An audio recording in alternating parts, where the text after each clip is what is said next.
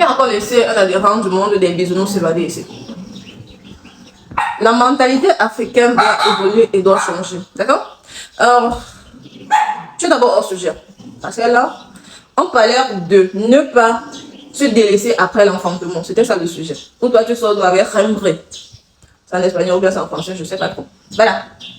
En Afrique, lorsqu'on disait que les enfants sont une richesse pour les parents, c'est parce qu'à cette époque-là, on vivait uniquement des champs. Plus tu accouchais, plus tu avais la main d'œuvre pour t'aider dans les champs. D'accord? Mais maintenant, ce qui arrive, c'est qu'on ne vit plus uniquement des champs. Et la plus grande partie des jeunes, dès qu'ils ont l'âge de 18 ans, ils vaguent pour aller en ville se chercher. À quel niveau est-ce que les enfants deviennent encore une richesse de nos jours? Quand le développement passe, essayez de marcher avec votre cerveau pour que le développement passe aussi à l'intérieur, ok?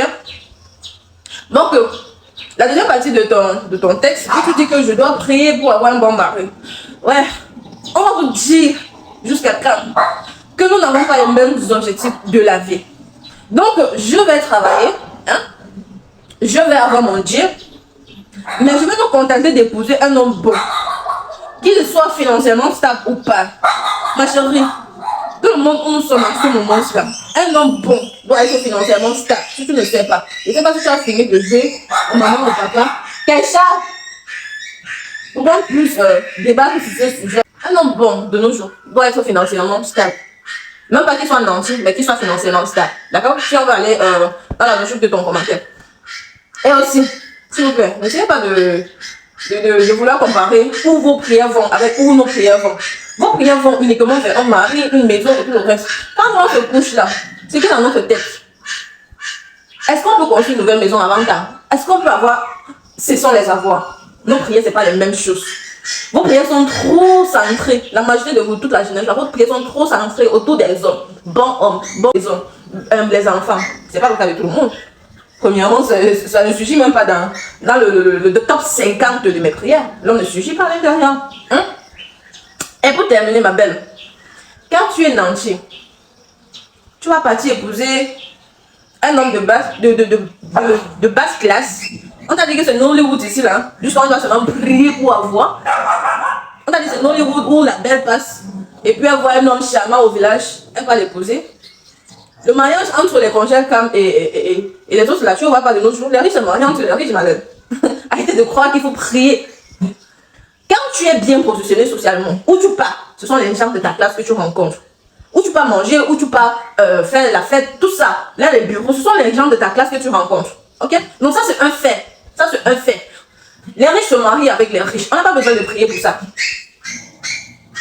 Et pour chuter, je te dirais que les femmes qui sont avec les chauffeurs, de les maris, les gardiens et tout ceci, en disant qu'elles sont en quête de douceur et tout le reste, ce sont les femmes qu'on a faites. Ce ne sont pas les femmes qui se sont faites. D'accord? Ce ne sont pas les femmes qui se sont construites d'elles-mêmes.